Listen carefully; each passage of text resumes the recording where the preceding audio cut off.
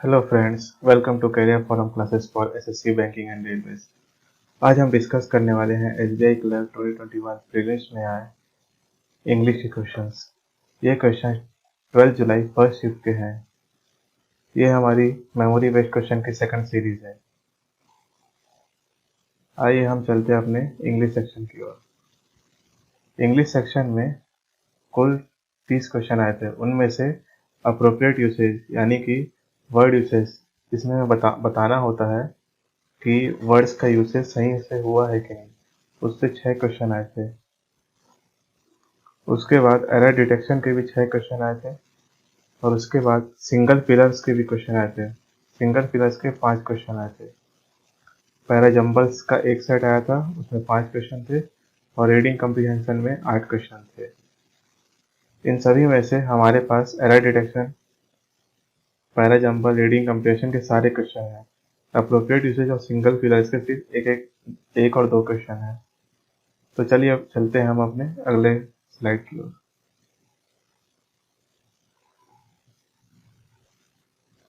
पहला क्वेश्चन है appropriate usage का।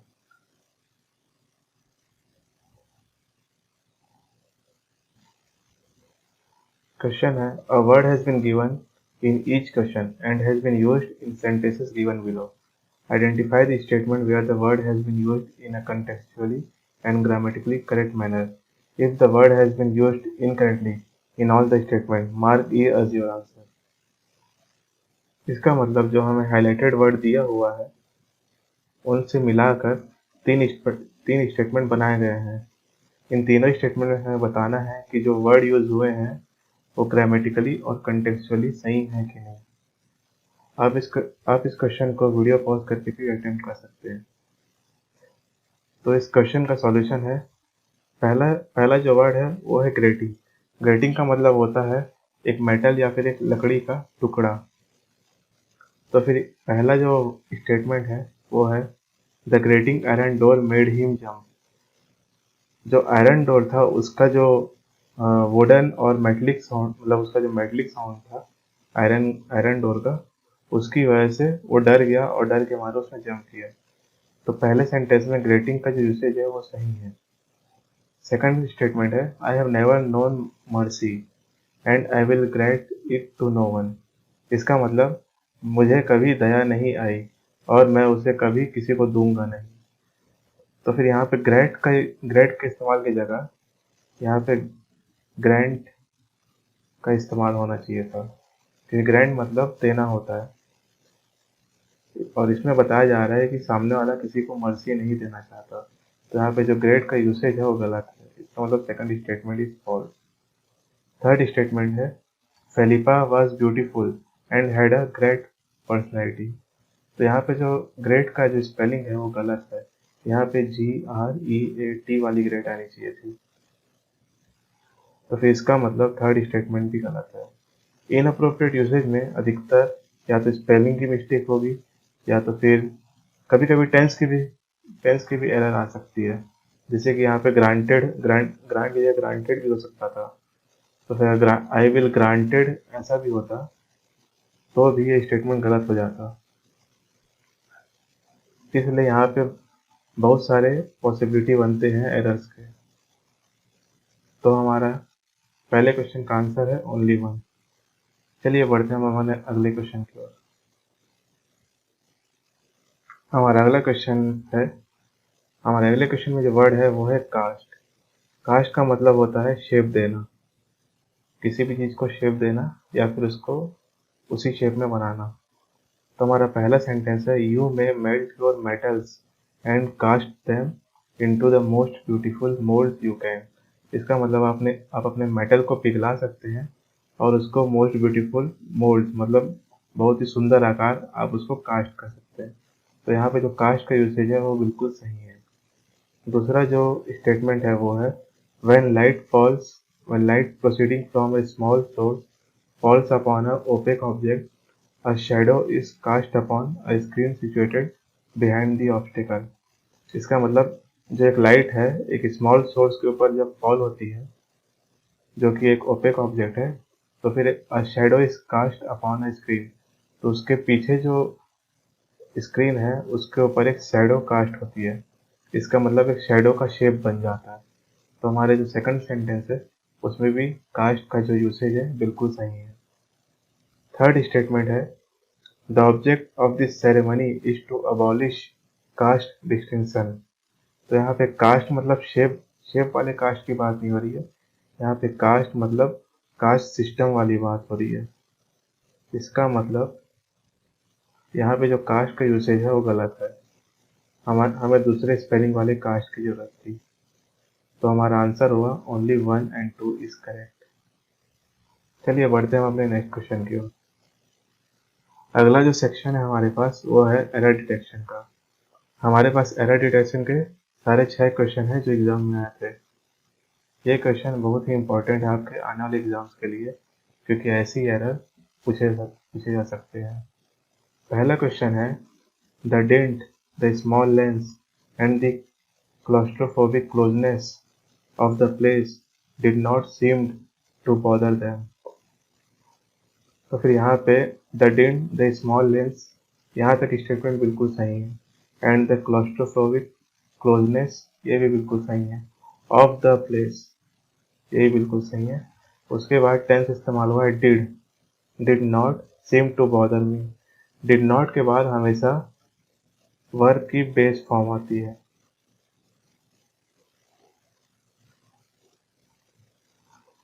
तो डिड के बाद हम हमेशा वर्ब की बेस फॉर्म इस्तेमाल करेंगे, इसलिए यहाँ पे सीम की जगह सीम होना चाहिए था।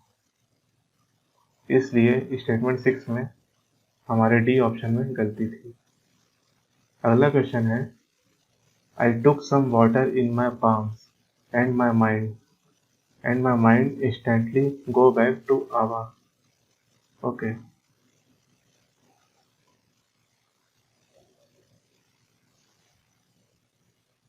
तो इस स्टेटमेंट में आई टुक सम वाटर मतलब उसने पहले कभी पानी लिया अपने पाम्स में, मतलब ये स्टेटमेंट पास्ट टेंस में है। And my mind instantly go back to आवा, यहाँ पे टू मिसिंग है, सॉरी टाइपिंग मिस्टेक है, लेकिन यहाँ पे जो गलती है वो टेंस की है। इंस्टेंटली गो बैक की जगह यहाँ पे वेंट बैक होना चाहिए था, क्योंकि स्टेटमेंट पास्ट में है तो उसने पास्ट में ही महसूस किया होगा। तो इसलिए जो एरर है वो हमारी पार्ट डी में है, इसलिए आंसर हमारा ऑप्शन डी हो जाएगा। चलिए बढ़ते हैं हम अपने अगले क्वेश्चन की ओर।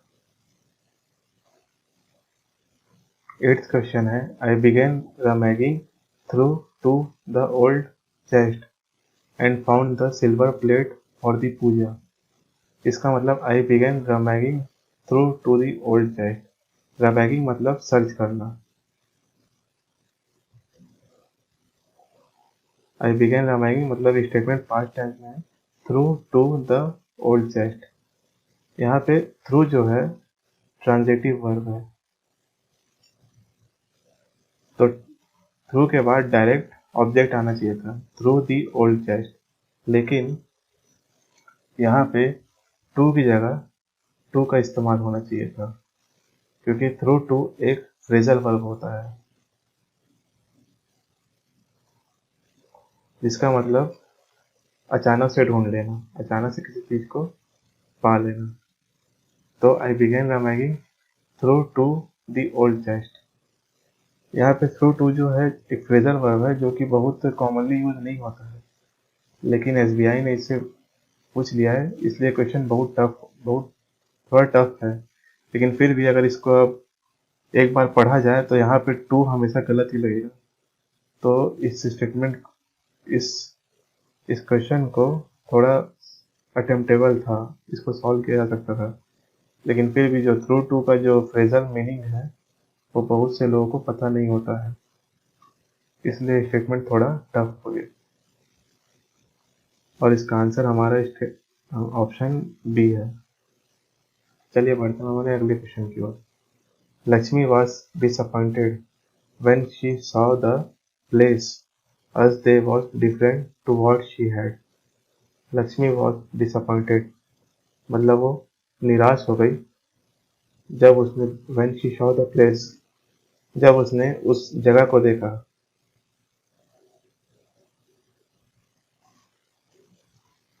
यहाँ पे द प्लेस की बात हो रही, अस दे वॉज डिफरेंट, तो यहाँ पे दे का इस्तेमाल नहीं होना चाहिए था क्योंकि यहाँ पे सिर्फ द प्लेस की बात हो रही, तो यहाँ पे it was different to what she had, जो जो वहाँ रह जो वह जिसमें रह रही थी उससे वह प्लेस काफ़ी डिफरेंट था, इसलिए वो डिसअपॉइंटेड हो गई। चलिए बढ़ते हैं अगले क्वेश्चन की ओर। That was a first time in my life that I saw Abu cry and that broke my heart. यह ऐसा पहली बार था जब मैंने अपने अब्बू को क्राई करते हुए देखा और उसने मेरा दिल तोड़ दिया। यहाँ पे क्वेश्चन में हेड ही था, लेकिन हम मान सकते हैं कि उसने रोने की वजह से उसका मनोबल गिर गया। तो जो स्टेटमेंट है दैट वाज अ फर्स्ट, तो जो फर्स्ट है वो एक ऑर्डिनल है और हम हमेशा ऑर्डिनल के पहले द आर्टिकल का उपयोग करते हैं। इनडेफिनेट आर्टिकल का हम यूज़ नहीं करते हैं ऑर्डिनल से पहले। तो यहाँ पे जो एरर है वो द की हो जाएगी, तो हमारा सही ऑप्शन हो जाएगा ऑप्शन ए। अगला क्वेश्चन 11 है, I kept the book aside intending to read it after the madness of the festival is over. इसका मतलब I kept the book aside, मैंने बुक को साइड में रख दिया, तो स्टेटमेंट जो है पास्ट टेंस में होगी। Intending to read it after the madness of the festival is over, मतलब वो जब फेस्टिवल जब खत्म हो जाता तो उसके बाद वो पढ़ती, तो ये स्टेटमेंट भी हमारा पास्ट में ही है। After the madness of the festival is over, तो जो फेस्टिवल है वो ओवर हो चुका है, तो यहाँ पे इसकी जगह वॉज का इस्तेमाल होना चाहिए था, इसलिए जो एरर है वो हमारे पार्ट डी में है, तो हमारा आंसर जो है ऑप्शन डी हो जाएगा। जो एरर्स आई थी वो लगभग बहुत इजी थी और बहुत बेसिक रूल्स, ग्रामर के जो बेसिक रूल्स थी उनके रिगार्डिंग थी, और जो फ्रेजल वर्ब का इस्तेमाल था उनका बहुत उनके ऊपर बहुत सारे एरर्स पूछे गए हैं फ्रेजल वर्ब के ऊपर, तो आप फ्रेजल वर्ब को ज़रूर अच्छे से तैयार करें। चलिए बढ़ते हैं हम अगले क्वेश्चन की ओर। अगला क्वेश्चन है सिंगल फिलर्स का। सिंगल फिलर्स के 5 क्वेश्चन आए थे, हमारे पास एक ही क्वेश्चन पूरा है और एक और क्वेश्चन है। तो हमारा पहला क्वेश्चन है, it was not long before I received the news that yet another tutor has been dash for me. तो एक बंदे के लिए नया ट्यूटर खोजा गया था, लेकिन उसको बहुत लंबे समय से पता नहीं था, तो इसका मतलब है यहाँ पे जो स्टेटमेंट है वो पास्ट में होना चाहिए था। तो इस स्टेटमेंट में हैड बीन, जो ऑप्शन होगा वो हमारा पास्ट टेंस में होगा।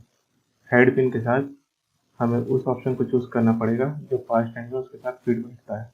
तो अगर हम लिखें had been search for me, तो हैड बीन सर्च मतलब सर्च उसके लिए चला जा रहा है।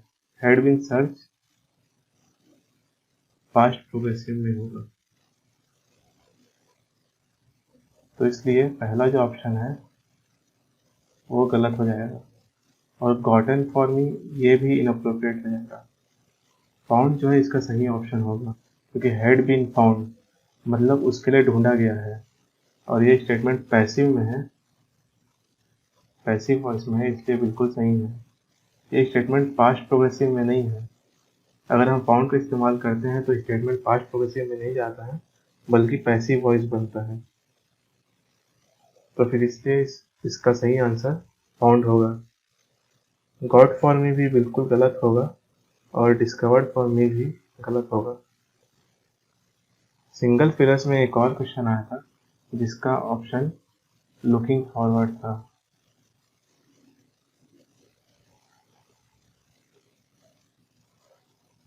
लुकिंग फॉरवर्ड टू, तो इसमें पूछा गया था लुकिंग फॉरवर्ड टू के बाद ब्लैंक था।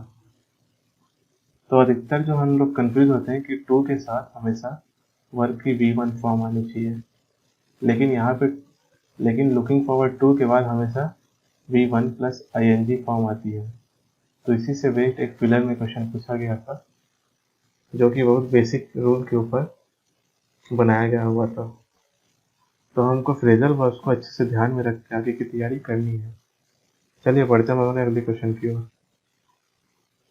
अगला क्वेश्चन जो है सेंटेंस रीअरेंजमेंट या फिर पैरा जंबल का है। सेम यही क्वेश्चन एग्जाम में आया हुआ था और हमने सारे के सारे स्टेटमेंट बिल्कुल वैसे ही लिए हैं। ये जो पैराग्राफ है, ये एक न्यूज़पेपर से उठाया गया है। मैंने जब इस पैराग्राफ को सर्च मारा तो ये मुझे न्यूज़पेपर से हूबहू मिला और मैंने उसी से ही उसका एग्जैक्ट अरेंजमेंट पता किया है। तो फिर इस और जो हमारा रीडिंग कम्प्रीहेंशन है वो भी एक न्यूज़पेपर से ही लिया गया है। जो एग्ज़ाम में आया था वो बिल्कुल एक न्यूज़पेपर का कंप्लीटली कॉपी किया गया था। तो इसका मतलब हम ये समझ सकते हैं कि जो न्यूज़पेपर का इम्पोर्टेंस है, न्यूज़पेपर रीडिंग हमारे लिए बहुत इम्पोर्टेंट है। और ये जो न्यूज़पेपर का आर्टिकल है 19 नवंबर 2020 से लिया गया था। तो इसका मतलब जो न्यूज़पेपर के आर्टिकल्स हैं वो बहुत इम्पोर्टेंट है और उन्हीं के बेस्ड लैंग्वेज में पूछी जाती है। तो अगर हमको न्यूज़पेपर का लैंग्वेज आता है तो हम रीडिंग कम्प्रीहेंशन और पैराजम्प वाले क्वेश्चन इजीली सॉल्व कर सकते हैं। तो चलिए हम पैराजम्पल को सॉल्व करने की कोशिश करते हैं। In each of the following question given below a sentence is given which is divided into 4 parts such that the parts are jumbled and they do not make a meaningful sentence. Rearrange the following parts to form a grammatically correct and meaningful sentence and choose the correct rearrangement from the option given below each question. तो हमारा पहला statement है but that is not true. A human's brain and body are active and doing important things while one sleeps, especially one's brain, which is busy helping one gets lot यहाँ पे एक typing mistake है, यहाँ पे lot of things done while one sleeps. Okay, just like eating, drinking or breathing, sleep is an essential part of life. In fact, all animals do it with some interesting varieties. Dolphin, for example. Among other things, it is processing memories, gaining creative insight, and learning new skills. As sleep helps one learn, grow, and thrive. Unlike human, dolphin can see in its sleep, as it sleeps with one eye open, and only half of its brain is moving at a time. When someone's asleep, it can look like they are turned off and not doing anything at all. इस question को आप अपने से video pause करके भी solve कर सकते हैं और मैं आपको इसका सॉल्यूशन बता दूंगा। तो हमारा जो पहला स्टेटमेंट है, हमारा जो फर्स्ट स्टेटमेंट है वो कभी भी प्रेपोजिशन से स्टार्ट नहीं होता है। तो यहाँ पे जैसे हमारा बट है और ये जस्ट लाइक, तो चलो एडवर्ब है। अमोंग, अनलाइक भी हमारा कंजक्शन ही है, तो इससे भी स्टार्ट नहीं होगा। और व्हेन मतलब किसी स्टेटमेंट के बाद वाली स्टेटमेंट की बात कर रहा है, तो इसका मतलब, तो चलिए स्टेटमेंट को एनालाइज करते हैं। But that is not true. A humans brain and body are active and doing important things while one sleep, especially one's brain which is busy helping one get lots of thing done while one sleeps. इसका मतलब ये किसी और statement को contradict कर रहा है कि ह्यूमन ब्रेन कभी भी इनएक्टिव नहीं होता, हमेशा एक्टिव होता है और सोने के बाद भी इम्पोर्टेंट एक्टिविटीज करते रहता है। जस्ट लाइक ईटिंग, ड्रिंकिंग और breathing, sleeping is an essential part of life. In fact, all animals do it with some interesting varieties. Dolphin, for example. तो इस स्टेटमेंट में बताया जा रहा है कि ईटिंग, ड्रिंकिंग और ब्रीथिंग के अलावा स्लीपिंग भी एक एसेंशियल पार्ट है लाइफ का। अगला स्टेटमेंट है among other things it brain is processing. अब यहाँ पे देखिए, जो न्यूज़पेपर का आर्टिकल था जिसमें से मैंने देखा, उसमें इट लिखा हुआ था, लेकिन उसके बाजू में ब्रेन नहीं दिया हुआ था। लेकिन एग्जाम में हमें ब्रैकेट में ब्रेन दिया हुआ था। तो इसका मतलब SBI और जो एग्ज़ाम कंडक्टिंग बॉडीज़ है वो बिल्कुल ध्यान रखती है कि मतलब जो कैंडिडेट्स हैं उनको पूरी तरीके से स्टेटमेंट समझ में आए और उसकी वजह से उनको प्रॉब्लम ना हो। तो हमारे लिए सारे क्लोज बिल्कुल अच्छे से छोड़े गए होते हैं ताकि हम क्वेश्चन को अच्छे से सॉल्व कर पाए। तो जो ब्रेन है सोने के बाद भी मेमोरीज को प्रोसेस करते रहती है और लर्निंग न्यू स्किल्स सीखती रहती है, गेनिंग क्रिएटिव इंसाइट मतलब जो दूरदर्शी सोच है उसको भी उजागर करती है। Sleep helps one learn grow and thrive.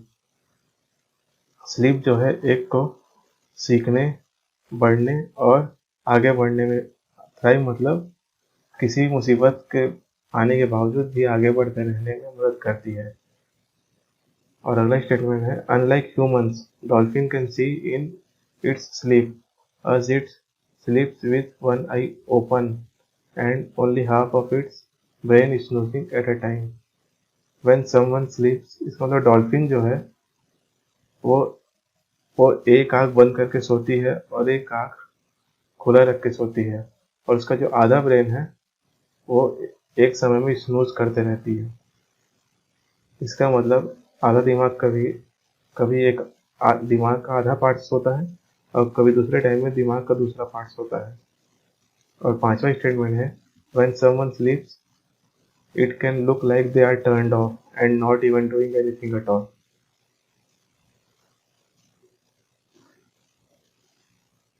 तो स्टेटमेंट ई है जब कोई सोता है तो ऐसा लगता है कि वो बिल्कुल बंद हो गया है और कुछ नहीं कर रहा है। तो हमारा इस पहले एग्जाम्पल का जो ओपनिंग स्टेटमेंट है, जो थीम स्टेटमेंट है वो बी है क्योंकि इसमें लिखा गया है कि ईटिंग, ड्रिंकिंग और ब्रीथिंग के अलावा स्लीप भी एक इम्पोर्टेंट एक्टिविटी है। तो इसका मतलब स्लीप को हमें बी पार्ट में इंट्रोड्यूस किया जा रहा है और इसमें बोला जा रहा है कि ये अलग अलग वेराइटीज में की जाती हैं, जैसे कि डॉल्फिन फॉर एग्जांपल। तो बी में डॉल्फिन को इंट्रोड्यूस किया जा रहा है और उसके बाद जो स्टेटमेंट डी है वो लिंक करते हुए बोल रहा है कि ह्यूमंस के अलावा डॉल्फिन भी सोते हैं but it स्लीप्स with one I open. तो जो स्लीप की वैरायटी है वो डॉल्फिन से कंपेयर करके स्टेटमेंट डी में बताई जा रही है। तो इसके बाद बी के बाद स्टेटमेंट डी आएगा। इसके बाद जो स्टेटमेंट है, अब स्लीप की बातें हो गई, पहले में but that is not true किसी स्टेटमेंट को कॉन्ट्राडिक्ट कर रहा है। तो इसने किस स्टेटमेंट को कॉन्ट्राडिक्ट किया वो अभी तक हमें नहीं मिला है, तो ये स्टेटमेंट अभी इस्तेमाल नहीं कर सकते। बी इस्तेमाल हो गया और सी है among other thing it is processing memories, gaining creative insight and learning new skills. तो अभी इस स्टेटमेंट का कनेक्टिंग स्टेटमेंट भी नहीं मिला है।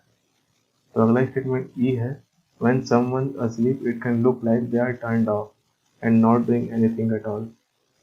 तो हमारा जो थर्ड स्टेटमेंट है स्टेटमेंट ई हो सकता है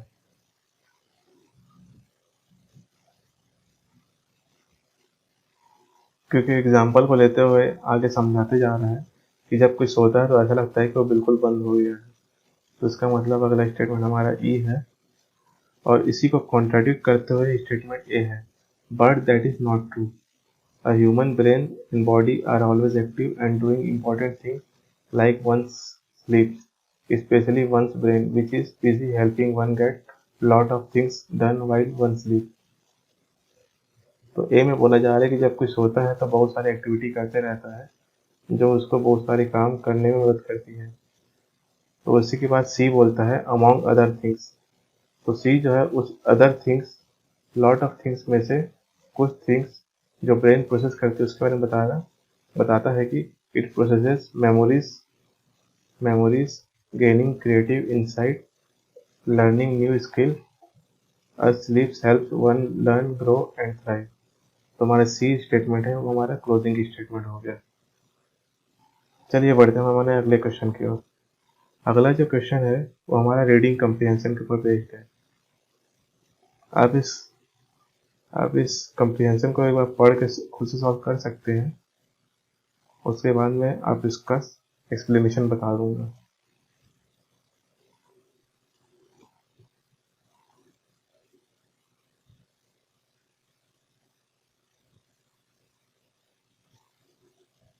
इस पैसेज के बाद क्वेश्चन भी हैं।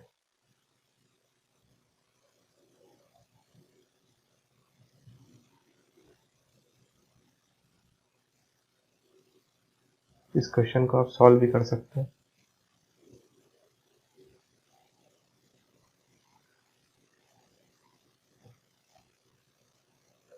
तो चलिए हम सॉल्व करते हैं रीडिंग कंप्रेहेंशन क्वेश्चन को।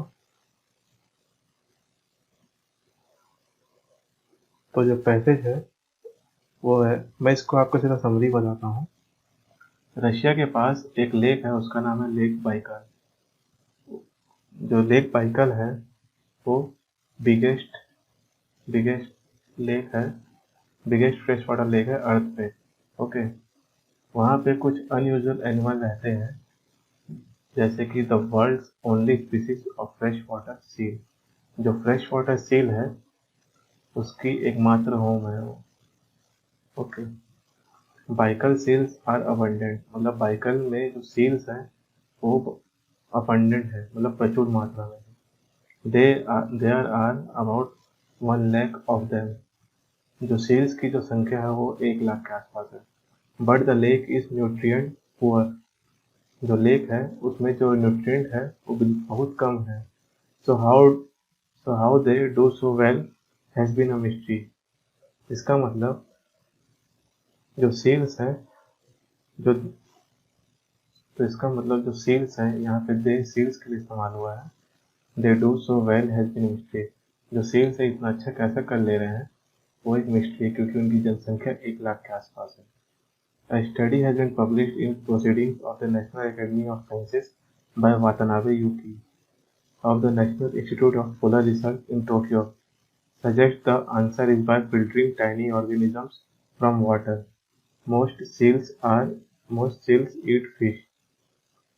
इसका मानना है जो अधिकतर जो सील्स होती हैं वो फिश को खाती हैं। But Baikal seals also do this. Baikal seals भी खाती हैं, लेकिन बाइकल सील्स के पास एक निडल पॉइंटेड कैनाइन्स है। कैनाइन एक दांत का प्रकार होता है of the sort of expected पिस्कीवोर्स।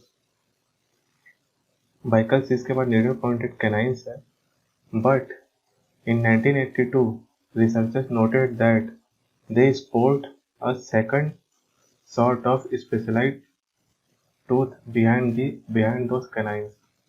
जो canines है उनके पीछे एक specialized tooth है। They have frilled cusps which resemble combs. एक कंघी जितनी पतली टूथ की एक कस्प है जो canines के पीछे है। At that time, nobody knew what to make of them, but Dr. Watanabe speculated that they might be an adaptation for feeding on other strange creatures dwelling in the lake. इसका मतलब Watanabe जो है उन्होंने ये speculate किया, मतलब ये सोचा कि ये शायद एक अडेप्टेशन की वजह से ये जो है नए टाइप के जो टूथ हैं वो डेवलप हुए हैं ऑन द स्ट्रेंज क्रीचर, एक ऐसे स्ट्रेंज क्रीचर पे जो कि लेक में ही रह रहे हैं। Seals arrived in Baikal Lake around 2 million years ago from the Arctic Ocean. Okay. So too did some much smaller marine creatures known as amphibians. Seals जो है बाइकल लेक पे 2 मिलियन साल पहले आए थे आर्कटिक ओशन से। So too did some much smaller marine creatures known as amphipods. और उनके साथ एम्फीपॉड्स भी आए थे। These have diversified into more than 340 indigenous species. They spend day hiding in the depths of the lake and then forages in the shallow at night in great numbers. इसका मतलब ये important statement है, उनकी जो species की संख्या है वो 340 से ज़्यादा है। वो जो अपना दिन है वो लेक के गहराई में स्पेंड करते हैं, और जब रात होती है तो वो शैलो मतलब कम पानी में ऊपरी सतह पे आ जाते हैं ग्रेट नंबर्स में। ठीक है, बढ़ते हैं अगले पैराग्राफ की ओर। Marine mammals, the size of seal would normally see amphipod as too small to hunt, जो बाकी की जो मरीन मैमल्स है वो जो है एम्फीपॉड्स को उनके लिए बहुत छोटा है हंट करने के लिए। But doctor Watanabe wondered if the Baikal seals comb-like teeth might have evolved to enable them to rake these tiny crustaceans from the water in sufficient quantity to make them useful for prey। इसका मतलब Watanabe ने ये wonder किया कि Baikal seals के पास जो com like teeth है वो इसलिए इवॉल्व हुई है ताकि वो एक टाइनी क्रस्टेशियन एम्फीपॉड्स को प्रे कर सके। प्रे मतलब शिकार। As much as whales collect krills using comb-like structures, जो जो whales हैं वो अपने krill को इस्तेमाल करते हैं बलिंग प्लेट्स को खाने के लिए। He and his colleague therefore attached waterproof cameras and accelerometers to do a few seals to monitor what they were getting up to. This equipment remained attached to the animals for between 2 and 4 hours a day, before coming loose and floating to the lake's surface. When the researchers were able to recover it, यहाँ पे spelling mistake नहीं है, ये statement ये word सही है। Footage from the cameras and data from the accelerometers showed that the seals were indeed pursuing the dense amphipods aggregation that form at night। इसका मतलब जो कैमरा के जो फुटेज है उनसे ये पता चला कि सील्स जो है डेंस एम्पलीफॉर्ड के एग्रीगेशन जो नाइट में फॉर्म होते हैं उसको परस्यू करते हैं यानी कि पीछा करते हैं। They would dive in with their mouths open and collect prey before making another pass. Doctor Watanabe estimates that each seal creatures captures an average 57 amphipods per dive, and thus thousands of them a day. The needle-like canines are not redundant for the seals do hunt fish as well। जो needle-like canines है वो redundant नहीं है। इसका मतलब ऐसा कुछ part होता है शरीर का जो कि मतलब किसी काम का नहीं होता तो उसको redundant बोलते हैं। तो वातानाबे ने यह बताया कि जो नीडल लाइक कैनाइन्स है जो कि कॉम की तरह दिखती हैं वो रिडंडेंट नहीं है और वो सील्स को मदद करती हैं hunt fish as well, but they also compete with those fish for the amphipods. और वो फिश से कम्पीट करती है एम्फीपॉड्स के लिए। इसका मतलब जो फिश है वो एम्फीपॉड्स पे हंट करती है लेकिन सील जो है अपने कॉम लाइक हेयर की वजह से फिश से भी कम्पीट कर लेती है। ठीक है, दस partially bypassing a link in the food chain. तो इसकी वजह से जो फूड चेन है उसके लिंक में बाईपास हो जा रहा है and perhaps thereby maintaining themselves in large numbers. और इसी वजह से वो अपने आप को स्वस्थ दुरुस्त रख पा रहे हैं than would otherwise would not be possible. Whether were some of these filter feeding seals to make it back to the ocean, they would follow the baleen whale path and evolve into giants is an interesting speculation. But even confined to their lake, Baikal seals provide an intriguing example of parallel evolution। इसका मतलब ये जो seals हैं वो जो जिस ocean Arctic ocean से आए थे उस ओशन की ओर वापस जा सकते हैं जैसा कि बलिन वेल लेक पाथ कहते हैं। और और वो जो इवोल्यूशन होके वो और बड़े हो सकते हैं लेकिन वो इसी लेक में कन्फाइन होकर रहना चाहते हैं क्योंकि उन्हें अपने न्यूट्रिशन का जो साधन है वो मिल चुका है। तो जो ऑथर कंक्लूड कर रहे हैं कि Baikal seals provide an intriguing example of parallel evolution. मतलब बाइकल सील्स जो है वो एक नए तरीके के एग्जाम्पल और बहुत ही इंटरेस्टिंग एग्जाम्पल को बताते हैं पैरेलल इवोल्यूशन का। तो चलिए बढ़ते हैं अपने क्वेश्चन की ओर। ये जो है सील की फोटो है, मैंने रखा है ताकि आप इसको देख पाए। पहला क्वेश्चन है which of the following statement is true. तो पहला स्टेटमेंट है Baikal cell is the biggest fresh water lake on earth. Baikal lake biggest fresh water lake है अर्थ का, तो स्टेटमेंट सही है। तो दूसरा है seals arrived in Baikal lake more than 3 million years ago. तो जो हमारा पैसेज में दिया हुआ है वो दिया हुआ है कि seals arrived in Baikal 2 million years ago. तो अभी जो एग्जामिनर है अधिकतर डेटा पे बहुत सारे क्वेश्चन पूछते हैं कि 3 मिलियन है कि 2 मिलियन है। और जैसे कि Baikal lake is situated in Atlantic ocean, तो फिर अटलांटिक नहीं आर्कटिक ओशन में सिचुएटेड है। तो फिर आजकल एग्जामिनर जो है एनालिसिस की बजाय डेटा बेस्ड क्वेश्चन ज़्यादा पूछते हैं। तो फिर हमारा थर्ड और सेकंड स्टेटमेंट गलत है, हमारा आंसर है only one. Which of the following words can be replaced by the word intriguing given in bold without changing the meaning of the sentence? जो हमारा intriguing यहाँ पे सेंटेंस बोल्ड में दिया हुआ था उसकी जगह कौन सा सेंटेंस ले सकता है। तो यहाँ पे बहुत सारे ऑप्शन थे, उस ऑप्शन में से जो आंसर था वो फैसिनेटिंग था। अगला क्वेश्चन है which of the following words are the antonym of the word abundant given bold in the paragraph. Paragraph में एक वर्ड दिया हुआ था अबंडेंट, लिखा हुआ था Baikal seals are abundant. Abundant मतलब प्रचुर मात्रा में होना।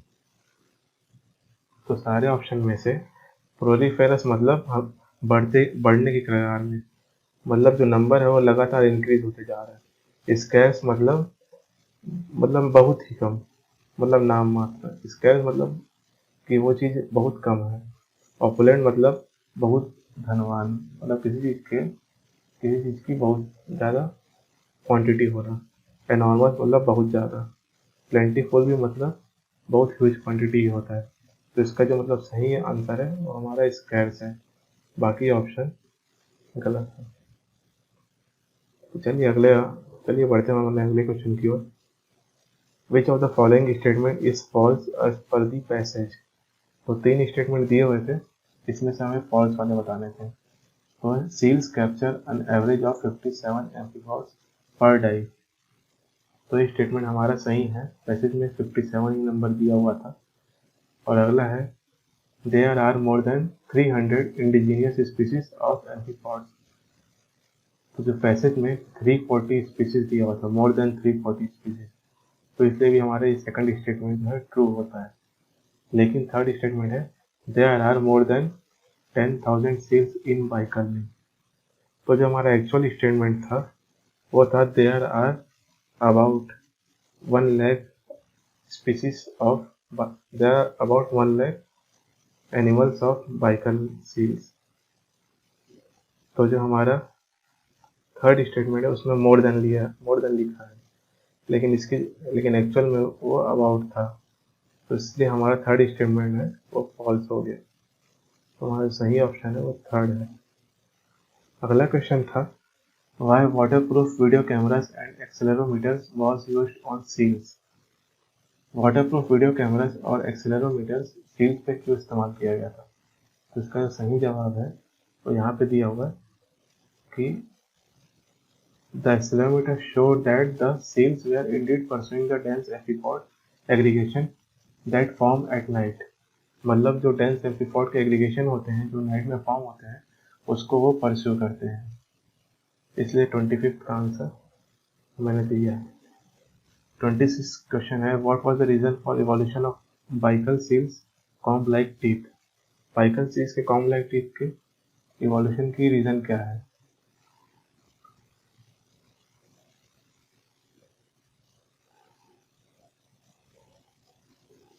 तो बाइकल सील्स के कॉम्ब लाइक टीथ की इवोल्यूशन की वजह है to enable them to rake tiny crustaceans like एम्फीपॉड्स।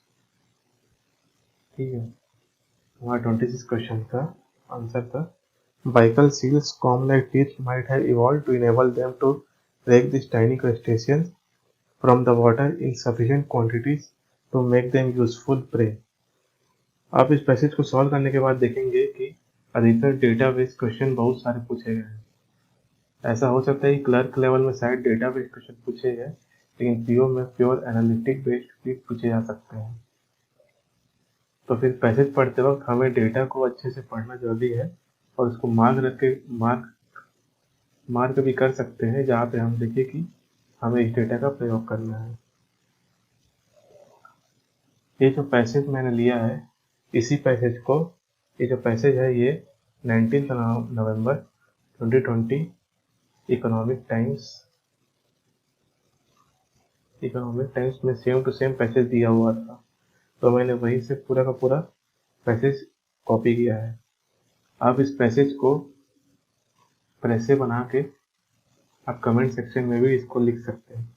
ये जो पैसेज है वो 400 वर्ड्स का है, तो आप 200 वर्ड्स का प्रेसे बना के भी आप इसको लिख सकते हैं।